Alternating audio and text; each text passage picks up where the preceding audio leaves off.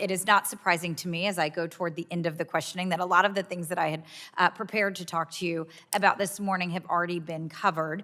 But I do want to talk about just a couple of those things and follow up on some of the good questions that have been asked and some of the questions, some of the answers that you've given.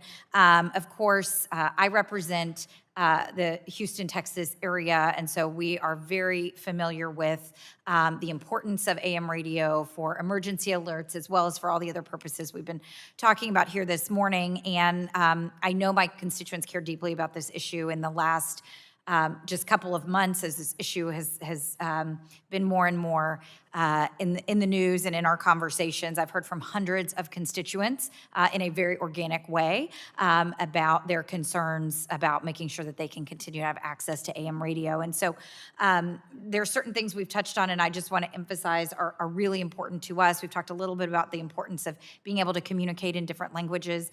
In my own district, in our area, more than 140 languages are spoken. The idea that you can get to various communities through AM radio is absolutely borne out in our district and really important for communicating within the district.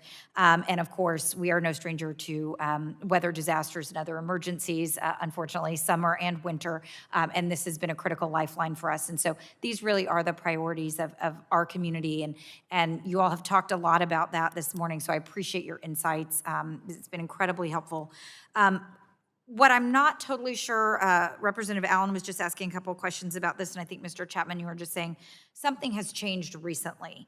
And I'm not sure we've gotten the answer today about why exactly this move is being made, why the manufacturers specifically and the cars are thinking about removing it. There's some suggestions about whether there's interference with the AM signal and the cars, but as you said, we've had electric cars for going on 2 decades now, and this is a more recent issue. So I think that's something that I would really like to understand better, kind of why it's happening, and I'm not sure we've got the answer to that question this morning. And then the other thing that Mr. Curtis touched on that I think is also important was this question about the transition and the difference between digital and analog. I too love listening to my digital radio here in DC, and I tune it to my Houston public media station and listen to what's going on at home every single morning. But those are the questions, and I think it goes together, kind of this, what's the change? Does it have to do with digital versus analog? And so I'm gonna look to you, Mr. Schmidt, if you could just talk a little bit and try to give us a concise answer on why this is happening now, and then maybe turn to you, Mr. Chapman, for a final comment if we have time. Thank you for the question.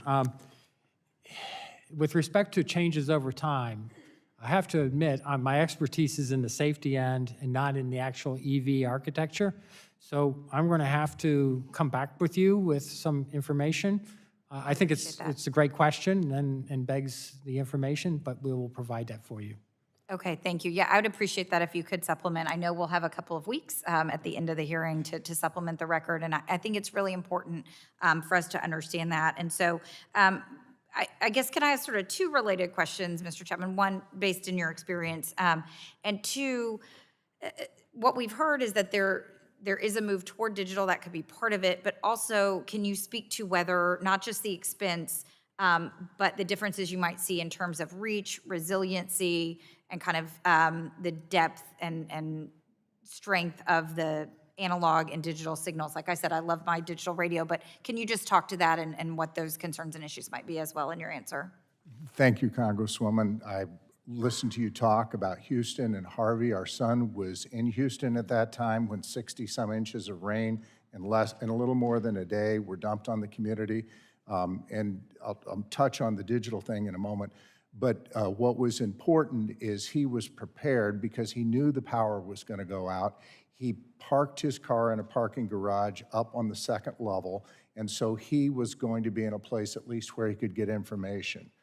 And the power did go out, and sometimes it was out and on for extended periods. And so that is a way I think a lot of people who are in hurricane areas prepare when something like that comes up. Just to touch on digital very quickly, it is an option down the road, but right now, broadcasting in all digital, there's a station that's doing it here in Frederick, Maryland. Most people can't receive it.